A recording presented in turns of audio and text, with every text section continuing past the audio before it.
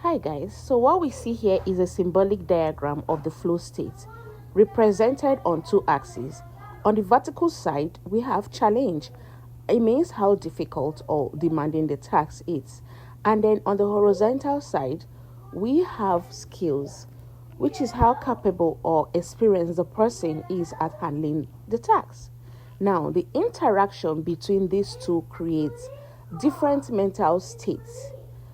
On the bottom left, which is the part that says apathy, when both challenge and skills are very low, the person doesn't feel engaged. This is the state of apathy. Nothing feels worth doing. Then, on the left side, where you see anxiety and fear of failure, so when the challenge is high but skills are low, the person feels overwhelmed. This is where anxiety and fear of failure shows up. It symbolizes doubt. The mind feels the weight of a task it cannot yet handle. Then, by the bottom side, boredom and loss of interest. Now, when skills are high but the challenge is too low, boredom sets in. The person is capable, but they are overstimulated. Over time, this leads to loss of interest. Then in the middle zone, you see the flow state.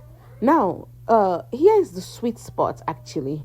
When challenge and skills are balanced, it's not too easy, not too overwhelming. The person enters what we call flow state. This is the symbolic state of full focus and deep immersion. And time seems to disappear and performance feels effortless. Now, other angles, which is the nostalgia and the doubts. Now, the nostalgia side, it's kind of sits closer to boredom, reminding us of comfort zones where we rely on old skills but we no longer feel challenged. And also, doubt sits closer to anxiety, where we question our ability before gaining confidence. So, this diagram is a symbol of balance. Too much challenge without skills leads to anxiety. Too much skills without challenge leads to boredom. But when they rise together, you reach the flow state, the zone of growth, creativity, and also peak performance.